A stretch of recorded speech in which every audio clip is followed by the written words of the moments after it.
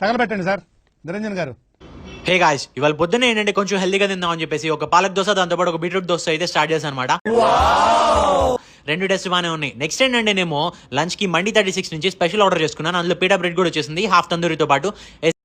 ఎరా నీ కంటికి నేను ఎలా కనపడుతున్నాను? మనిషి అని కూడా ఎవడన్నా నీళ్ళు తింటాడా? ఒకటి తీసే ఇప్పుడు ఈజీగా తినేసా అనమాట. ఆ తర్వాత ఏంటంటే నేను ఒక పాపడి చాట్, దాంతో ఒక మ్యాంగో జ్యూస్ అయితే ఆర్డర్ చేసుకుని ఫినిష్ చేశాను. రూమ్ లో నాచోస్ ఉన్నాయి, లాస్ట్ వీక్ కొన్నాను, తిండం మర్చిపోయా.